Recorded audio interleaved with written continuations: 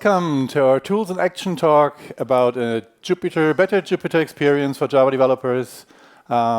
Presenting a very new tool, brand new tool, JTaccuino.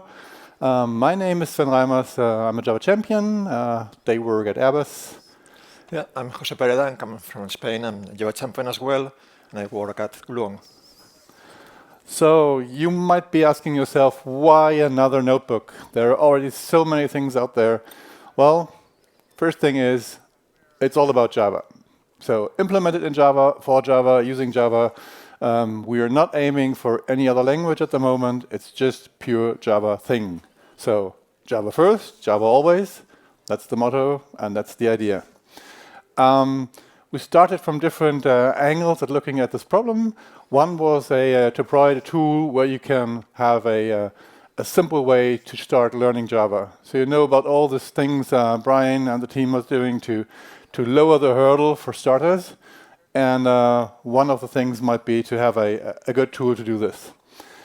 And it's focused using Java. So it's not like a Jupyter where you have like Python first and Java second. No, it's aimed at writing Java code.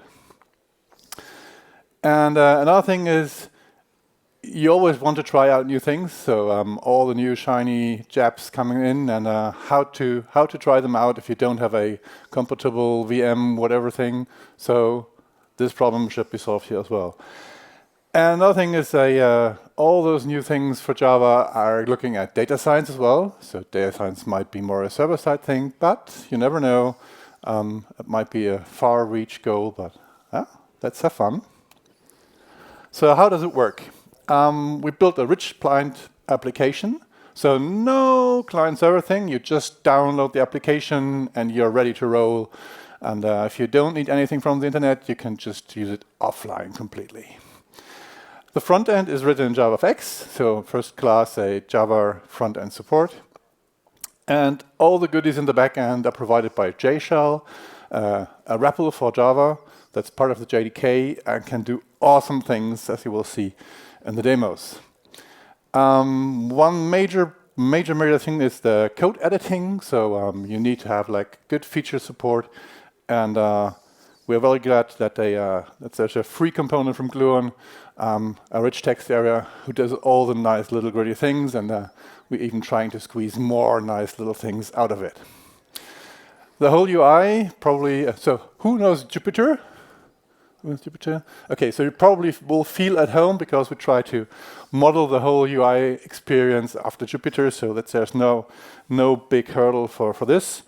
And yeah, for persistence, we are using the same notebook format that Jupyter uses, so this interactive Python notebook format, which will give us some interesting things later on. So, yeah, so Jose. As you mentioned, part of the UI is to have a nice experience typing, and yes, using it like your regular editor or your regular IDE. So for that, we have the rich text area, which is a JavaFX component that you can use for, in this case, for code editing, or you can use it for markdown typing. There are many other uses, so we have a full control that can be used like a text input control with emoji support, images, tables, hyperlinks, or some non-text components that you can insert anywhere.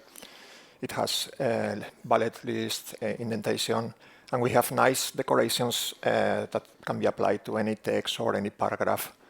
For instance, for code editing, we will see that in a moment with the demos, that you can highlight words, you can do any different decoration, apply different decorations for any part of the code or of the text. And we have still small markdown support, but we are getting there. So this is also a good way to combine two different things, like the notebook and a component that is being developed.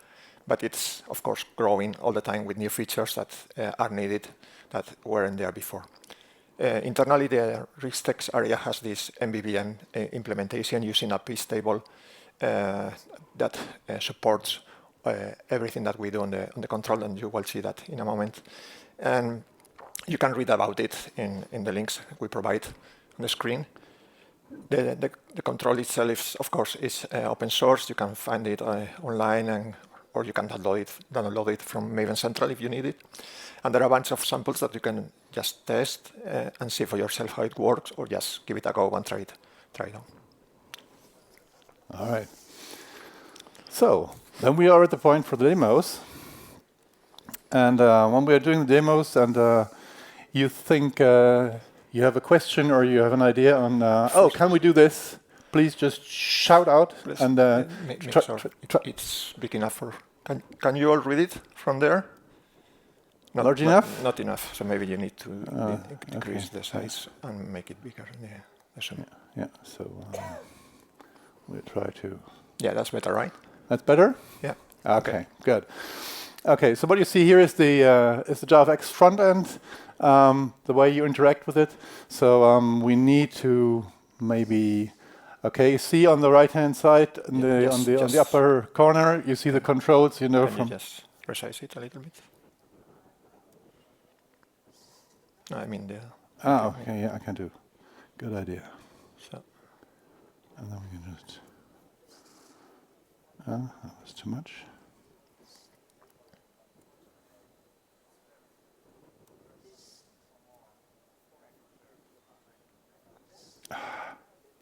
Yeah, it's kind of good. Still readable?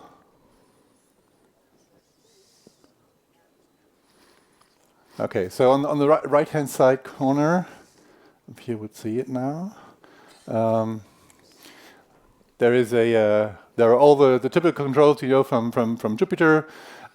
Execute my cell, move the cell up, move the cell down, insert a cell before, insert a cell after, delete my cell, and then there are two buttons, one for markdown cell editing and one for code cell editing. So code cell editing is Java. So what we see here is a basic markdown cell with some basic markdown text. If we press Shift-Enter, we just get the rendered view of the markdown. So those are the show notes, things we want to do. Hopefully we get through everything. As you can already see, we do markdown rendering, not full, but a lot. So we got a real long notebook here. You see, you can see lots of things from the markup spec. And now we can just use the execute notebook button up there and run the whole thing, and you get header rendering. So you will see the code with the highlighted background. That's like the original format, and what you get then below is what has been rendered. And you can see we're doing emphasis, bold text, asterisks, lots of things already there. A lot of other things probably still missing, but it's a good start. And all the rendering from the markdown thing is done with the rich text area component as well. So we're not using the editing thing, but doing markup in the editor. Okay, so that is the markdown thing. So first thing on my list is code completion. So if you do something. A little bit bigger. Sorry? A little bit bigger, please. A little bit bigger? Yeah. Good for you? Everybody can see in the back?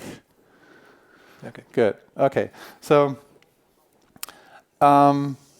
first thing what you have is you want to do code completion. So as you can see, just type tab, and it's called tab completion, and the content of the tab completion is supplied by JShell. And some additional magic helps to just complete things as you go. So very nice. So now we execute it. Now we have array lists available, so we can do things like and again. There you go. And we got an L. Let's see. So if you just put in your variable, and then the JTaccuino will automatically derive, maybe you want me to show what this is. And it tries its very best to do this, so it's an empty array list. So it renders the type, and it renders the string representation. So this is the easy thing. So now you already have seen syntax highlighting. So maybe if I just rename the variable and do a long variable name, you can better see that there's syntax highlighting under the variable name as well. So if I execute this and I execute this, we still have the L because L is still available. So now let's see what happens if we do something where we don't have information for at the moment. So like, how about we do this?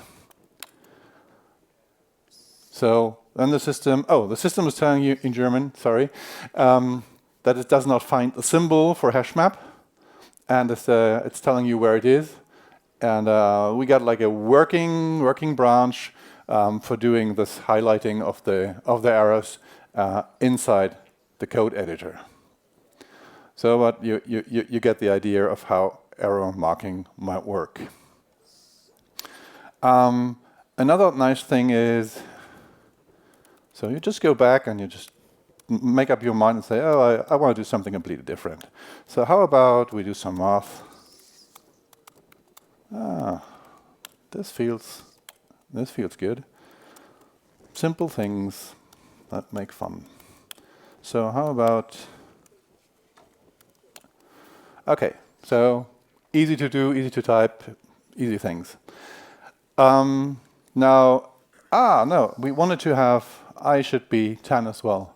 So now you press enter, and you see this little light highlighted reddish marker on the left-hand side of the cell. It's showing you, well, this cell might be outdated. So the code you just sent to the shell changes the contract of things you have already done beforehand, and the system tells you it might be a good idea to re-execute that cell. So we re-execute that cell, and we re-execute, and we get 20. So all this is, in effect, part of what JShell provides, what the JTaccuino analyzes, and gives you a good idea in terms of putting everything in the UI where you're going. Okay, so this is this. So next thing. So a lot of the nice things that you expect from a notebook is that data you have is shown to you in a good representation. So let's see what we can do here. So let's define a record, and now an instance of the record. Okay, and another record, and another instance, and then we create a list of it, and we display them. But this is probably not what you would like to have. So this gets really messy very quick. So how about we add some magic, and you just get a table showing the columns, the components as columns from your record. And if you change your record, other columns will show up. So this is done using reflection, and it works with lists. And now, let's see, we have array, and it works with array as well. So the magic word is display. Display and put your object in. And if the system has any idea how to convert this into something that you want to interact with, there you go. That's the way to do it. So the other thing that people often do is probably, who did code cutters? Code cutters, anyone? A couple of hands showing up. So code cutters are like unit tests, failing unit tests, where you have to put into code to make those tests run.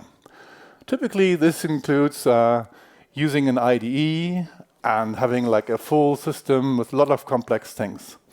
So what I did here was, thanks to the people from Eclipse Collections who have really nice cutters, I just grabbed one of them and converted them into a notebook.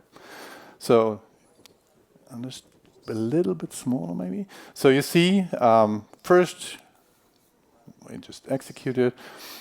And you see, OK, this is the record cutter. And now you see something new, add dependency. Add dependency is the magic thing for, I need something from Maven Central, probably. So you just have the Maven coordinates, and you get your stuff. Then, once we have Jupyter, JUnit, And we got the Eclipse things, collection things. Oh, how about some imports? And then, OK, we need a record. OK, let's define a record. Oh, we built some distribution here. OK. So now we have like what happened in between. And now we create a new record. Oh, or maybe, come on. So that's taking too long. So how about we just play the complete notebook? And oh, there is what we have to do. There is the to-do. Get the Azul Zulu version 11 distribution from our list and extract each field. Oh, OK, so let's see. What do we need? Where is our list? Oh, the list is OpenJDK distribution probably. Ah, completion, nice. And it's a list, so probably we just try this. Oh, how about we execute it? Yes, one error less. OK, so this seems to be OK. So, OK, those are the components of the record. That should be easy. Azul is probably a company, huh? Yes, this looks good. And that's the build name. Yes, nice. And probably a version. Yes. And suddenly everything green.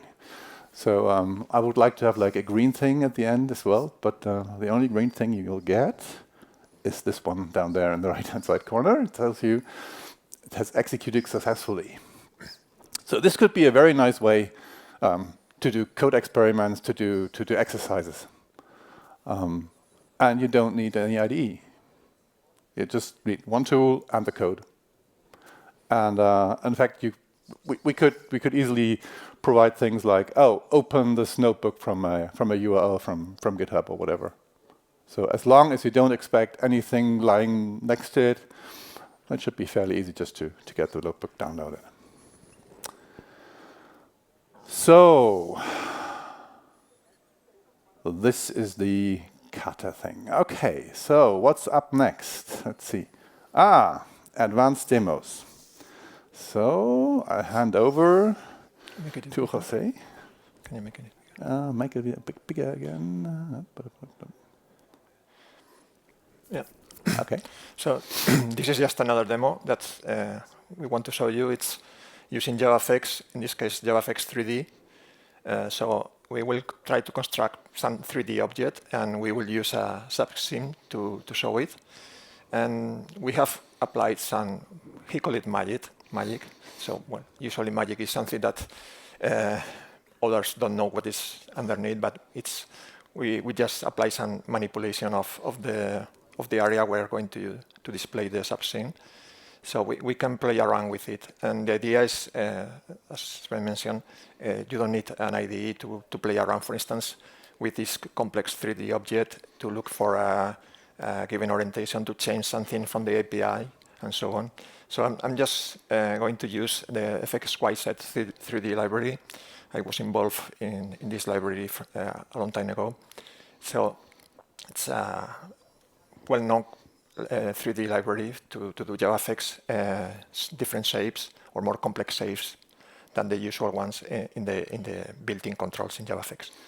So there is a bunch of imports, and at the end there is a camera, and there is a special component which is a spring mesh. So we are going to do this spring mesh. I'm just going to run the full demo. So it evaluates all the different cells. Oh, and see, emojis. Yeah. we have emoji support there, of course. Yeah. So we have basically at the end what we have is just a JavaFX group of a camera and a spring, which is a 3D object. And we are going to use a subscene to put this group into the whole scene. That, of course, the notebook is the whole scene. So we couldn't use another scene inside the scene, so we can use a subscene for this. And I'm not getting down. Can you? Yeah. Can you? Yeah, there it is. So the display, in this case, yes, you need this object, the subscene, and you have the camera transform up and the spring mesh all together in this group. So we saw before some table views, some components displayed, which are more or less plain controls there, but we have now a subscene, and we can do, for instance, rotations. We can do zoom in, zoom out. And all this subscene is alive, kind of alive, to play with it. And there are many other things that we could do. So we have this API here, because otherwise we will have to type it. So let's just change a little bit the section. So let me just. Oh. I think the zooming mesh. Yeah. Missed something. Yes. Maybe run it again, so we get a clean. Yeah. And copy. Try to copy it. You will do it faster than me. So this works. This works better. And we just replace this with this. Yeah. And we just so there are two rerun modes. One is just re-execute everything from the start, and the other thing is kill the actual JShell the script this notebook is running in, and then rerun everything in the shell in the new instance. Can you move it to the left? Yeah. Okay. So we have one single display with a command with an option with an object, or we have some animation that you can pass to that object. And in this case, we are just simply playing around with the API of this Spring mesh, where you can change the section of the component. So instead of being a circle, you can just use a triangle or a hexagon, whatever options. And there are other options, but I think we can skip that part, where you can play around with the colors, with the density map. You can play, well, that's an easy one. You can play with, for instance, the length of this spring. So if we want something bigger, let's try this one. I get here. Where is? Yeah. Let me rerun everything again, and now we have a longer. Yeah, just move down. Yeah. It doesn't go down. It should. Okay. A longer one. Just playing around, so you don't have to go back to your IDE, make a change, compile, wait, run, and so on. So everything is there. And of course, this is just a little bit of things that you can do. Could be more options, like having a context menu where you have, for instance, all the API from the object that you are using, so you can easily select what API you want to change and so on. So, yeah. So since it's running all in the same JVM, you have full access to everything. This comes for a price. With a price, you have to be careful if you do things. Yeah, you might break other things, but I think it's way more interactive than anything in Jupyter possible, probably. So, all right. So, okay, we got one more demo. So since my business domain is satellite things, I had to have something that is a bit more data heavy. So what we do here is, I need to make it larger again so you see. So a couple of years back, I did a similar demo inside a big application to showcase integration of JavaFX and Swing, whatever, and I just dug out the code and condensed it. And so this is like, I don't know, it was like a 5 to 10 classes, and so lots of things. So with new methods and inside the notebook, it's like very, very small. So first we try to get the data that's describing where every known object around Earth is positioned at the moment. So this comes from SpaceTrack, so I don't download it here at live because it's a bit bigger. How about we just we read the data into the lines. So once we've done this, we create a record that describes what we're doing, and now we build a list. And as you can see and hopefully read, we are using gatherers. This is a preview API in JDK 23. So JTaccuino is actually running on Java 23. And we enable preview for JTaccuino and all the notebooks running in it as well. so you can play with the latest and greatest stuff without any hassle. So, and you can see the gatherers are just collecting me the 3 lines, so I can easily create the satellite record from those. Probably I could hide this inside the record, but yeah, never mind. So there's some filters for later on. So let's just create the satellite list. This goes really quick. And then, where are we? Okay, we got like 27,000 objects. So how about we have a look at what we have? Oh yeah, so there it is. The whole list, and you just can scroll through it. Oh, you could just sort by whatever thing. And doing this, one of the questions is, we can do better. We could provide like a default component that even allows for like searching inside the table. So it's just a matter of which component we select for doing the rendering stuff. Okay, so that we're now here. So now we need some scientific help. So OraKit is a library for space things. Need some imports. Just grab the data that we need to calculate stuff. Now we just do this. Then we propagate with a parallel stream, which we calculate from the orbit information where every satellite is located. Come on. And then we create a world. We take the 3D library Jose just mentioned, and then we just show what we did. Come on. So there you go. Those are the objects around Earth.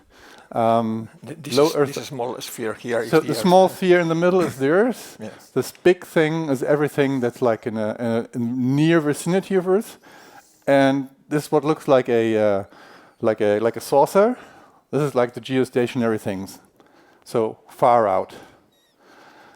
And I say, okay, those are way too many points for me. So how about we just reduce things?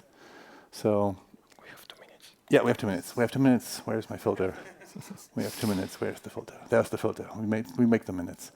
Yes, that's one. This one.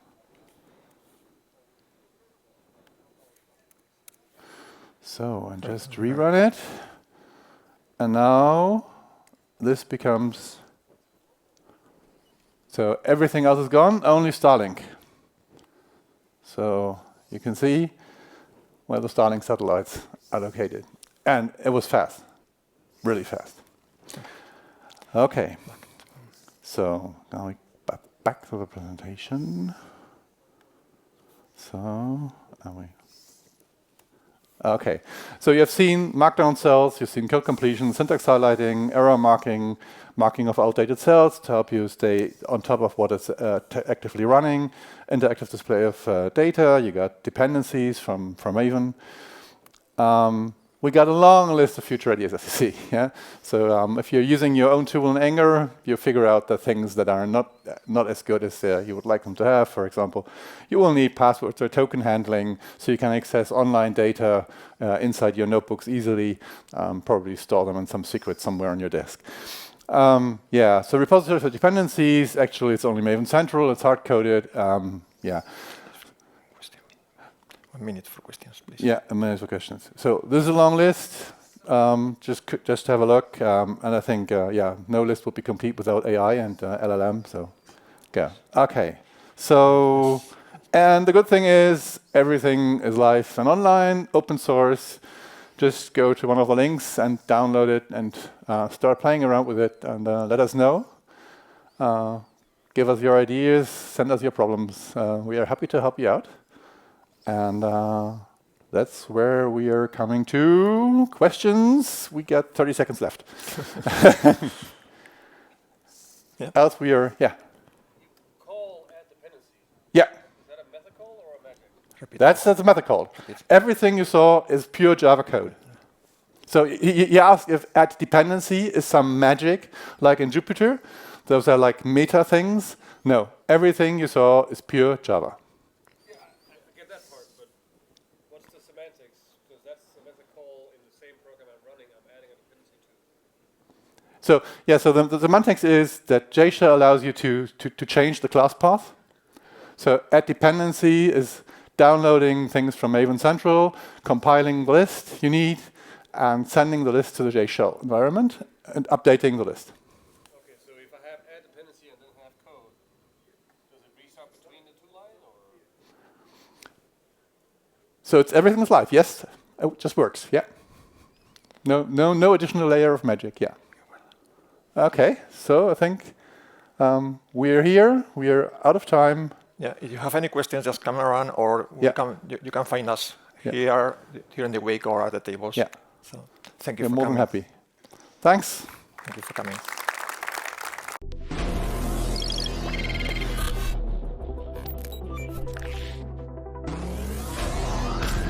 All systems are nominal. Initialize Genesis sequence.